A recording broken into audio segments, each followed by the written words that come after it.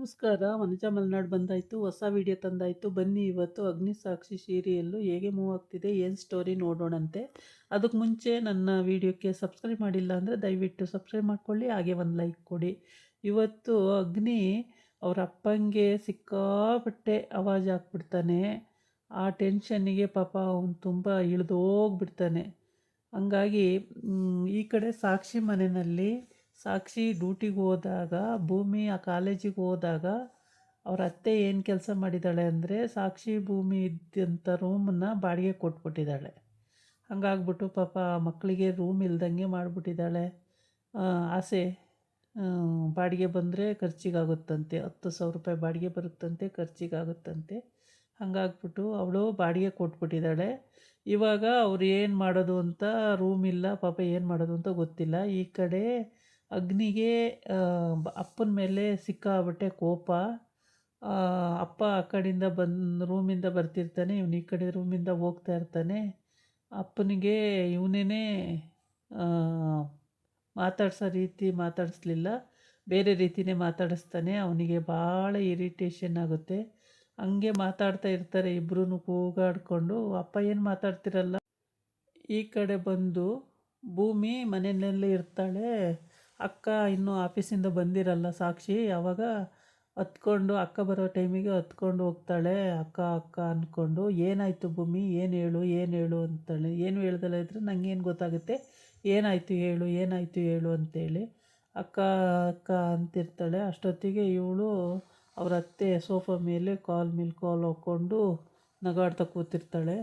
ಆಮೇಲೆ ಸರಿ ಬಾ ರೂಮಿಗೆ ಅಂತ ಕರ್ಕೊಂಡು ಹೋಗ್ತಾಳೆ. ಕರ್ಕೊಂಡೋಗಿ ಅಲ್ಲಿ ವಿಷಯ ತಿಳ್ಕೊಂಡು, ಯಾಕೆ ಕತೆ ಹಿಂಗೆ ಮಾಡಿದ್ರಿ ಅಂತ ಕೇಳ್ತಾಳೆ. ನಾನೇನು ಮಾಡಿದ್ದೀನಿ, ಏನೂ ಮಾಡಿಲ್ಲ ಅಂತಾಳೆ.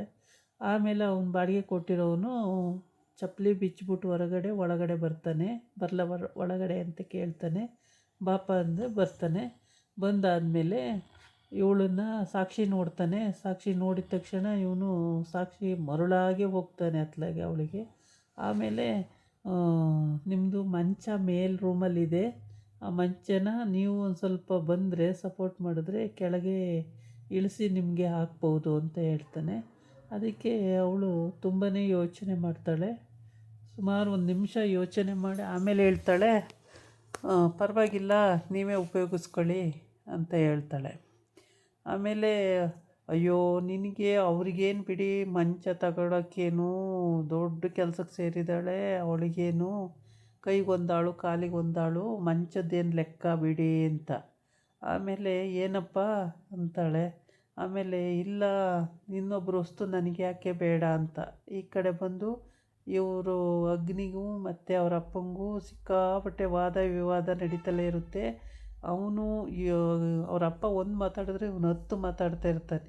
ಸ್ವಂತ ಮಗನಿಗಿಂತ ಬೇರೆಯವರೇ ಹೆಚ್ಚ. ಅವಳನ್ನ ನೀನು ಬೇಕು ಅಂತ ಇಟ್ಕೊಂಡಿದೀಯ, ನನ್ನನ್ನು ಆಫೀಸಿಗೆ ಬಂದರೆ 10 ನಿಮಿಷ ಲೇಟಾಗಿ ಬಂದರೆ ಬಾಯಿ ಬಂದಂಗೆ ಬೈತೀರಾ. ಅದೇ ಸರ್ ಅವಳು ಬಂದರೆ ಲೇಟಾಗಿ ಬಂದರೂ ಪರವಾಗಿಲ್ಲ ಬಾಮ್ಮ ಅಂತೀರಾ. ಏನಿದು ಸರ್ ನಿಮ್ಮದು, ಈ ಥರನ ಮಾಡೋದು ನೀವು ನಿಜವಾಗ್ಲೂ ನಿಮ್ಮ ಹೊಟ್ಟೆಲಿ ನಾನು ಹುಟ್ಟಿದ್ದೀನ, ನಿಜವಾಗ್ಲೂ ಹೇಳಿ, ನಿಮ್ಮ ಮಗನೇನ ನಾನು ಅಂತ ಎಲ್ಲ ಕೇಳ್ತಾನೆ. ಅದಕ್ಕೆ ಅವ್ರ ಅಪ್ಪಗೆ ಕೋಪ ಬರುತ್ತೆ. ಏನು ಇವ್ನು ಹಿಂಗೆಲ್ಲ ಕೇಳ್ತಾನಲ್ಲ ಅಂಥೇಳಿ. ಆದರೂ ಹಲ್ಲು ಕಚ್ಕೊಂಡು ಸುಮ್ಮನಾಗಿರ್ತಾನೆ. ಅವರ ಅಮ್ಮ ಅಳ್ತಲೇ ಇರ್ತಾಳೆ. ಆಮೇಲೆ ಹೀಗೆ ಕಣ್ಣೀರು ಹಾಕ್ಬಿಡೋದು, ಒಳಗೆ ಹಾಕ್ಕೊಬಿಡೋದು, ಕಣ್ಣೀರು ಹಾಕೋದು, ಒಳಗೆ ಹಾಕೋದು, ಇದೇ ಆಗೋಯ್ತು ಉದ್ದಕ್ಕೂ. ಇಲ್ಲ ಅಂದಿದ್ರೆ ನಮ್ಮಮ್ಮ ಸತ್ತ ತಕ್ಷಣ ಎಲ್ಲ ಆಗ್ತಿತ್ತು ಬರೋಕ್ಕೆ. ಈ ಥರ ಸನ್ನಿವೇಶ ಕ್ರಿಯೇಟ್ ಮಾಡೋದು, ಆಮೇಲೆ ಒಳಗೆ ಹಾಕ್ಕೊಬಿಡೋದು ಅಂತ ಏನೇನೋ ಅಂತಾನೆ ವ್ಯಂಗ್ಯವಾಗಿ. ಆ ಕಡೆ ಅವ್ರ ಚಿಕ್ಕಿ ಮಗ ನಗ್ತಾ ನಿಂತಿರ್ತಾರೆ, ಮಗಳು ಎಲ್ಲ. ಅವ್ರಿಗೆ ಖುಷಿ, ಇವರಿಬ್ಬರು ಜಗಳ ಆಡಿದ್ರೆ ಅವ್ರಿಗೆ ಖುಷಿಯೋ ಖುಷಿ. ಆಮೇಲೆ ಚಿಕ್ಕಪ್ಪ ಬರ್ತಾನೆ. ಅಗ್ನಿ ಹಂಗೆಲ್ಲ ಅನ್ನಬಾರ್ದು, ಸುಮ್ಮನಿರೋ ಅಗ್ನಿ, ನೋಡೋದು ನಾಳೆ ಮಾತಾಡೋಣ, ಕೂತು ಮಾತಾಡೋಣ, ಸುಮ್ಮನಿರೋ ಅಂತ ಹೇಳಿದೆ. ಸುಮ್ಮನಿರಿ ಚಿಕ್ಕಪ್ಪ, ಇಲ್ಲಿ ಮಧ್ಯದಲ್ಲಿ ಬರಬೇಡಿ, ಹೋಗಿ ನಿಮ್ಮ ಪಾಡಿ ನೀವು ಅಂತಾನೆ. ಅವನು ಚಿಕ್ಕಪ್ಪ ಆ ಕಡೆ ಹೋಗಿ ನಿಂತ್ಕೋತಾನೆ. ಆಮೇಲೆ ತಂಗಿ ಅಣ್ಣ ಅಂತಿರ್ತಾಳೆ. ಸುಮ್ಮನೆ ನಿಂತ್ಕೋ ಚಿನ್ನು, ಅಲ್ಲಿ ಮಾತಾಡಬೇಡ ಅಂತಾನೆ. ಅವಳು ಸುಮ್ಮನೆ ನಿಂತ್ಕೋತಾಳೆ. ಅಪ್ಪನಿಗೆ ಬಾಯಿಗೆ ಬಂದಂಗೆ ಅಂತಾನೆ, ಪ್ರತಿಯೊಂದು ವಿಷಯದಲ್ಲೂ ಬಾಯಿಗೆ ಬಂದಂಗೆ ಅಂತಾನೆ. ನನ್ನ ತಂಗಿ ನಾನು ನಿನಗೆ ಕಣ್ಣಿಗೆ ಕಾಣಲ್ವಾ, ನಮ್ಮನ್ನು ಬಿಟ್ಟಾಕ್ತೀಯ, ಬೇರೆಯವ್ರನ್ನ ಏನು ತಲೆ ಮೇಲೆ ಕೂರಿಸ್ಕೋತೀಯ ಹಾಗೆ ಹೀಗೆ ಅಂತೆಲ್ಲ ಅಂತಾನೆ. ಏನೇ ಅಂದ್ರೂ ಪಾಪ ಬೇಜಾರು ಮಾಡಿಕೊಂಡೇ ಇರಲ್ಲ. ಅರ್ಥ ಆಗೋ ರೀತಿ ಏನಾರು ಹೇಳಬೇಕು ಅಂತ ಪ್ರಯತ್ನ ಪಡ್ತಾ ಇರ್ತಾನೆ. ಆದರೆ ಅವ್ನು ಕೇಳೋ ಸ್ಥಿತಿಲೇ ಇರಲ್ಲ. ಏನು ಹೇಳಿದ್ರು ಕೇಳೋ ಸ್ಥಿತಿಲೇ ಇರಲ್ಲ. ಬರೀ ಕೂಗಾಟ ಕಿರ್ಚಾಟ ಇದೇ ಆಗ್ತಾಯಿರುತ್ತೆ. ಈ ಕಡೆ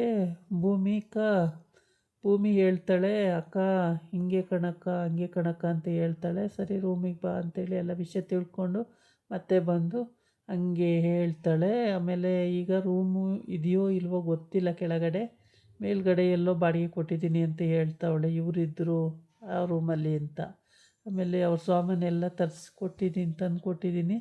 ಇನ್ನು ಮಂಚ ಒಂದಿದೆ, ಸ್ವಲ್ಪ ಹೆಲ್ಪ್ ಮಾಡಿದ್ರೆ ಅದನ್ನು ಕೆಳಗಡೆ ನಾವು ಇಳಿಸ್ಬಿಡ್ಬೋದು ಅಂತ ಅವನು ಹೇಳ್ತಾನೆ, ಬಾಡಿಗೆಗೆ ಬಂದಿರೋನು. ಆದರೆ ಇವಳು ಅಂತಾಳೆ, ಇಲ್ಲ ನೀವೇ ಇಟ್ಕೊಳ್ಳಿ ಪರವಾಗಿಲ್ಲ, ಅಲ್ಲೇ ಇರಲಿ ಅಂತ ಹೇಳ್ತಾಳೆ. ಆಮೇಲೆ ಸರಿ ಅಂತ ಹೇಳ್ಬಿಟ್ಟು ನನ್ನ ಸರ್ಟಿಫಿಕೇಟೇ ಕೊಟ್ಟಿಲ್ಲ, ಆದರೂ ಕೆಲಸ ಕೊಟ್ಟಿದ್ದಾರೆ. ಆದರೆ ಏನಾಗಿದೆ ಅಂದರೆ ಅವ್ನು 4 ಸಲ ನಾನು ಜಗಳಾಡಿದೆ ಅಲ್ವಾ, ಅವನೇ ನಮ್ಮ ಬಾಸ್ ಮಗ ಅಂತ ನಂಗೆ ಗೊತ್ತೇ ಇಲ್ಲ, ಬಾಸ್ ಮಗ ಅಂತೆ ಅಂತ. ಸರಿ ಬಿಡಕ್ಕ, ಈಗ ಹೆಂಗೆ ಮಾಡ್ತಿದ್ದೀಯ ಹಂಗೆ ಮಾಡ್ಕೊ ಹೋಗಕ್ಕ ಅಂತ ಹೇಳ್ತಾಳೆ. ಆದ್ರೂ ಇಲ್ಲ ಕಣೆ, ಭಯ ಆಗುತ್ತೆ. ಯಾವಾಗಲೂ ಮತ್ತು ಜಗಳಕ್ಕೆ ಬೀಳ್ತಾನೆ.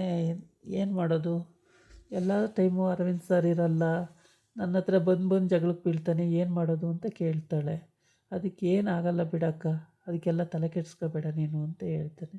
ಈ ಕಡೆ ಬಂದು ಮಗಳು ಅಂದರೆ ಅಗ್ನಿ ತಂಗಿ ಅಗ್ನಿಗೆ, ಅಣ್ಣ ನೀನು ಹಿಂಗೆಲ್ಲ ಮಾತಾಡ್ತೀಯಲ್ಲಣ್ಣ ತಪ್ಪಲ್ವೇನಣ್ಣ ಅಂತ ಹೇಳ್ತಾಳೆ.